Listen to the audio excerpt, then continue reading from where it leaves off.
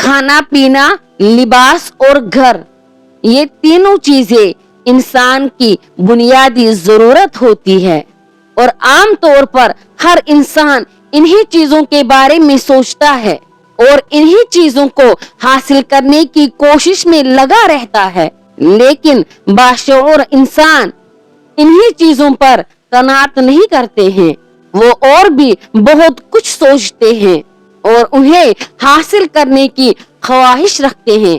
मिसाल के तौर पर आला तालीम हासिल करना, पुरअमन माहौल में रहना पसंद करना और सेहतमंद माशरे की तलाश में रहना और अपने जानो माल की हिफाजत करना, अपनी सेहत और सफाई की सहूलियात को फराहम करना, चेक एंड बैलेंस का सिस्टम रखना। बाशऊर इंसान इन सब ख्वाहिशात को पूरा करने के लिए सबसे पहले ख्वाब देखते हैं, फिर उनके हसूल के लिए आवाज उठाते हैं और उसके बाद अपने इन मकसदों में कामयाबी हासिल करने तक बराबर जिदोजहद करते रहते हैं। इसीलिए इस पूरे अमल को शऊर का नाम दिया जाता है और इसमें हिस्सा लेने वालों को बाशऊर लोग कहा जाता है। बाशऊर लोग ही बड़े ख्वाब देखते हैं, वो कौमों की तकदीर बदलना चाहते हैं।